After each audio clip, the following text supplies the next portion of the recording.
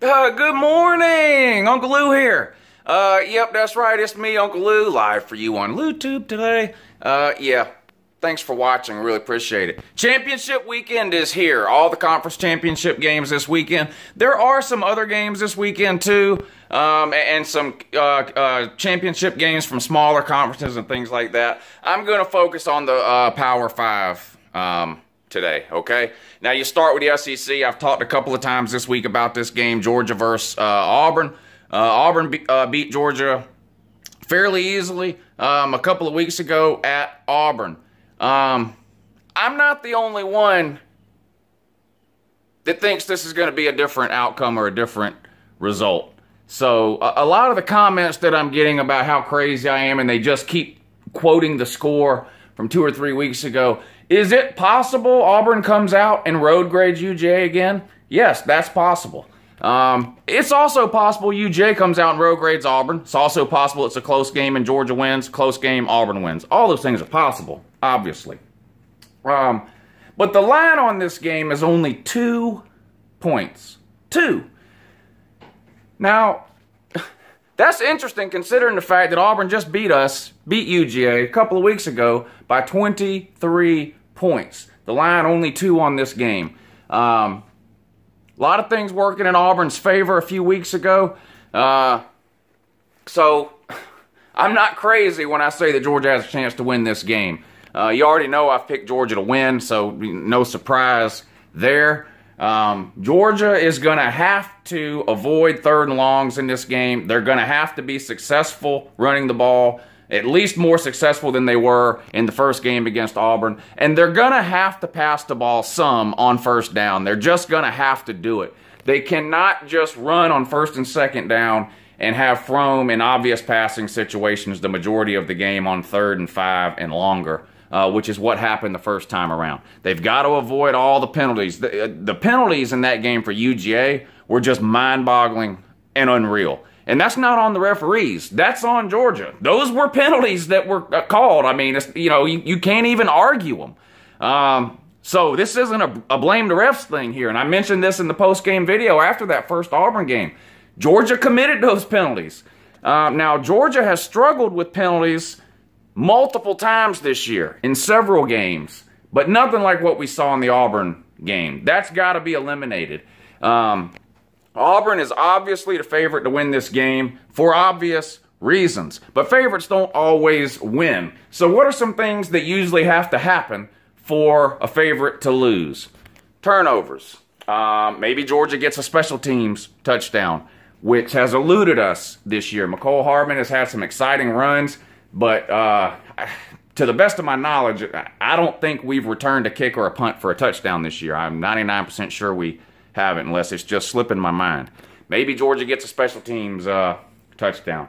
We got to eliminate the penalties. Turnovers. Force some turnovers from Auburn. Avoid turnovers on our part. We gave up 1 touchdown at least on a turnover last time against Auburn. We had Auburn in a punting situation at one point, committed a penalty that gave them a 1st down that led to an Auburn touchdown. A lot of things led to that 23-point win for Auburn. Was Auburn the better team? Yes. Did their defensive line dominate Georgia's offensive line? Yes. Did their offensive line push Georgia's defense around? Yes. All those things happened.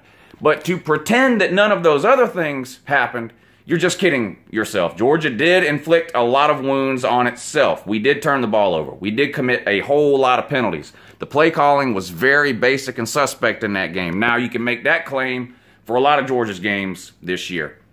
We'll see if Kirby Smart and Chaney are willing or able to change that up this week against Auburn in terms of the play calling. Open the offense up a little bit. I've been saying personally all year we were going to struggle with any elite defense we played if we came out with the same offense that we beat Florida and Tennessee and Vanderbilt and Mississippi State, by 30 or 40 points. Those were one-dimensional wins by Georgia. We were able to line up, push them around, run down their throat, and blow the game open in the second half when their defense was wore out from getting ran on all game. We didn't beat any of those teams by throwing for 300 yards. Those were running wins where we just lined up and imposed our will on lesser teams. And I said all season long, I'm not so sure what's going to happen when we face a good defense that's able to contain the run. We'll see what happens this time. If you're a Georgia fan, you have to be hoping for one of two possibilities. Somehow we come out and we are able to run the ball on Auburn for 250 yards like we've done against everyone else, or we change up the game plan a little bit and we let Fromm sling it around. That tends to be my philosophy in this game. I think we need to live or die with the arm of Jake Fromm in this game. I've heard a lot of Georgia fans tell me all season long that they are 100% confident in Jake Fromm's ability to win a game throwing the ball. Now's the time. There is no next week. There is. I mean, we'll have a bowl game, but in terms of moving on to the playoff, Georgia, this is a win or go home game. I mean, this is a playoff game for all intents and purposes. So we'll see. Let's see, what else? Pac-12 game. What time is that tomorrow? Because all the championship games are tomorrow. So what time is the Pac-12 game tomorrow? Oh, the Pac-12 game is today. Why is the Pac-12 game on a Friday night? I know why. Because if it's tomorrow, nobody would watch it. That's why. What a pointless, boring conference the Pac-12 is, isn't it? No one cares about it. Who's Washington playing in the title game? Oh, Washington's not even in the title game. So my Uncle Lou told you that since week 1, too. Washington no good. Southern Cal and Stanford. Yep, Southern Cal's favored in this game by, is it 4 points? 4, 5, or 6 points, I believe. I think Southern Cal wins this game pretty easily. I do like Bryce Love. He's a hell of a player. Probably get an invite in New York for the Heisman. Great running back. But Stanford just doesn't have a whole lot around him. It's pretty much him, and that's it. I'm also not that big of a believer in Stanford's defense. They're not terrible by any means. They're way above average defensively. But I don't think they're going to be able to contain Sam Darnold and the Southern Cal offense, at least not to the point of winning this game. If I was going to bet the game, I would take Southern Cal and give up to 6 points. I could see Southern Cal winning this game by 2 touchdowns fairly easily. Let's see, what else? Big 12 comes on at, I believe, noon or 12:30, right? TCU and Oklahoma. Oklahoma's favored in this game. I think they're favored by about 9.5 or 10. Is that right? No, it's not that much, is it? 6 or so. Anyway, they're favored. I can't pick against Oklahoma. I've made this comment a couple of times in the last couple of weeks. I think Oklahoma's playing some of the best football right now. Now, offensively, there's no argument. Oklahoma is definitely playing the best offensive football in America right now.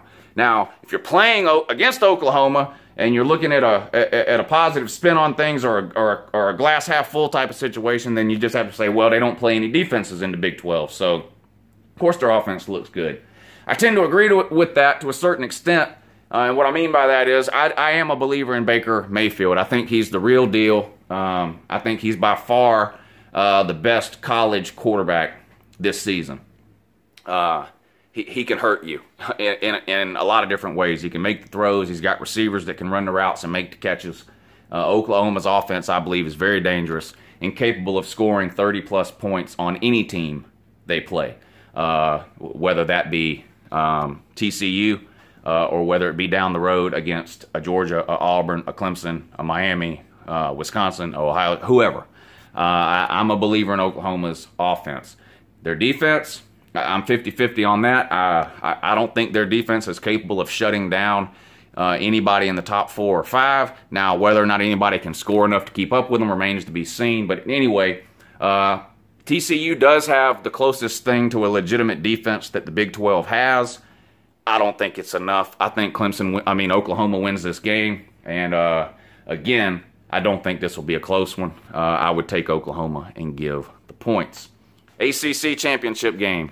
Clemson at Miami. Clemson's the 9.5 or 10-point favorite, so Oklahoma's not that much. They must be about a 6 or 7-point favorite. Clemson 9.5 or 10, depending on where you look, favorite over Miami. This is an interesting game here. You look at Miami, they just lost to Pittsburgh. You got to be careful about putting too much into that loss, though. Like I've said all year, that was a Friday game where a highly ranked team had to travel on the road and play a nobody. Same way Clemson lost earlier in the year to Syracuse. Now, Clemson did have their quarterback go down in that game. But if you watched that Syracuse game, the Clemson-Syracuse game, which I did, could Clemson have won that game if the quarterback was healthy? Maybe.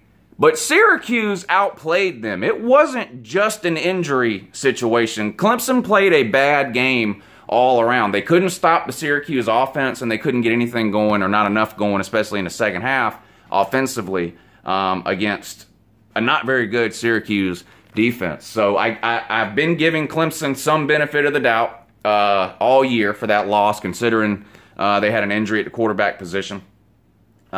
But I'm not willing to say Clemson definitely wins that game if they had their quarterback. Like I said, I watched it, and Syracuse just flat out played them. With the Miami loss to Pitt, same situation. On the road, like I mentioned, on a Friday. No injuries for Miami, although Mark Richt inexplicably benches his starting quarterback with 7 or 8 minutes to go in the fourth quarter when they were only down by 7 or 10 points. So, just mind-boggling. I had PTSD and flashbacks when I saw him do that. I just couldn't believe you would bench a 10-0 quarterback like that in the fourth quarter of a game where you're only one score behind, when you've been 1 or 2 scores behind in almost every game you've played this year, and that same quarterback that you just benched led you back to wins in all those games. It just made no sense. Typical Mark Richt, an overreaction, a panic move. And in my opinion, cost them that game.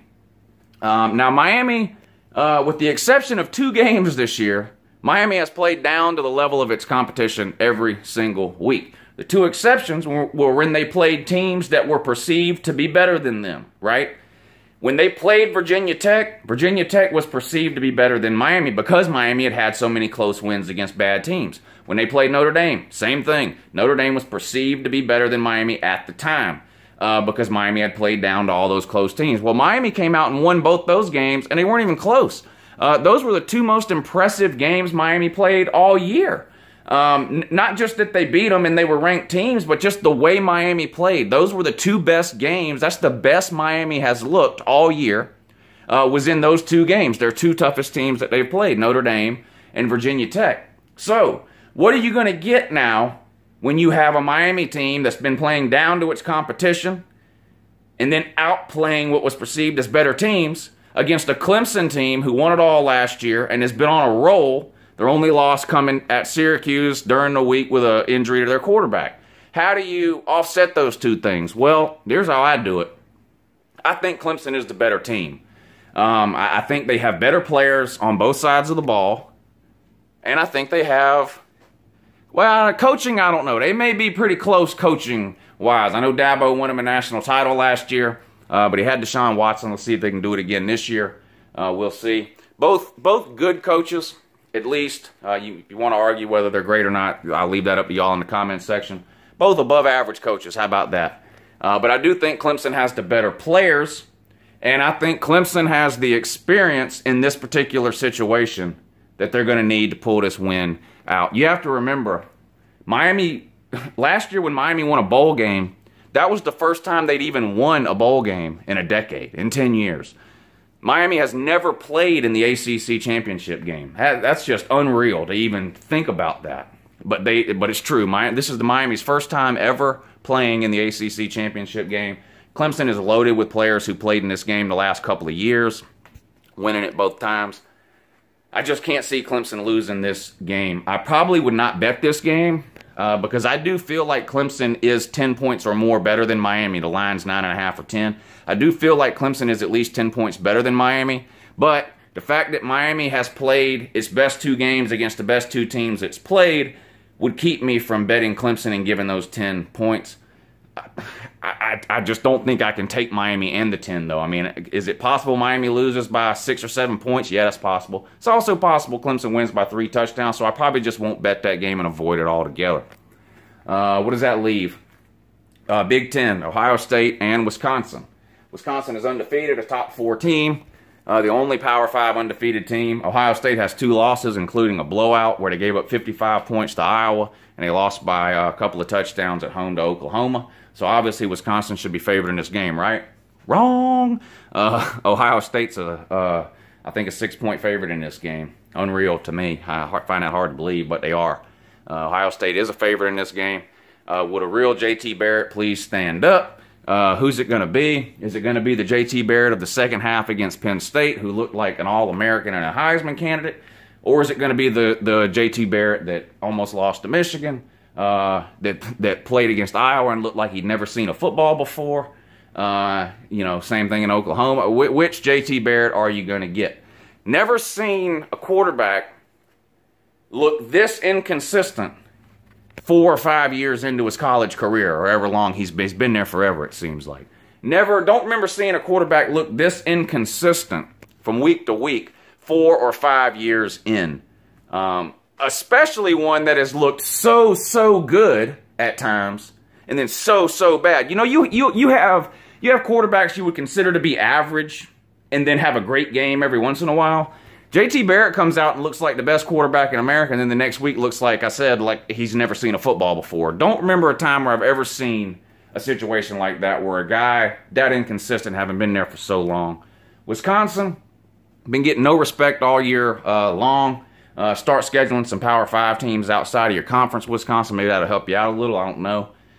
But Wisconsin has impressed me over the last couple of weeks. I was one of the people that was low on Wisconsin for the first 3/4 of the season, at least. But they have impressed me some the last couple of weeks. Their defense is the real deal. Now, if they fall behind in a game, I wonder if they have the ability to come back and win. Not sure if they have an offense built to do that. Similar to UGA in a way. Frome, he's got some passing ability, but can he come from behind? Remains to be seen. Same with Wisconsin. Their defense is the real deal. I just have a feeling Wisconsin finds a way to win this game, that they feel disrespected. And I know Ohio State's got a lot to play for, too, because they think they still have a chance to get into the college football playoff. I'm sticking to my guns and saying I just don't see it. I don't think the committee is going to put a 2-loss Ohio State in. I can't see the committee going out on a limb for Ohio State. I just can't see it. They did that last year and got embarrassed. Ohio State 31-0 in the playoffs last year, couldn't score a single point, lost in the first round when they didn't even win their division, much less their conference. I don't see them going out on a limb again. You cannot look. You can excuse the Oklahoma loss because they're obviously one of the best teams in America. That Iowa game, it's not like Ohio State went out and just gave the game away to Iowa and lost on some last-second miracle or something like that. Iowa absolutely beat the brakes off of Ohio State, scoring 55 points. You can't just pretend that didn't happen. In my opinion, Ohio State's got no right to be anywhere near the playoff discussion. But they think they do, so they're playing for everything this week in their minds. I think this could be a really, really good game here. But I'm going to go with Wisconsin. I'm definitely taking the 6 points on. There's no way I would bet Ohio State and give away 6 points here when I think Wisconsin could win outright. I wouldn't bet on Wisconsin to win outright. I would want the 6 points just in case, a little bit of touchdown cushion there. But I think Wisconsin wins. So here's your recap. Georgia wins. A close one, 31-30. Clemson wins. Oklahoma wins. And Wisconsin wins. Those will be your 4 playoff teams. UGA, Oklahoma, Wisconsin, and Clemson. And I take Southern Cal to win the Who Gives a Shit Bowl, the Pac-12 championship. Plenty of videos tomorrow. Going to be an exciting day. Have a good one!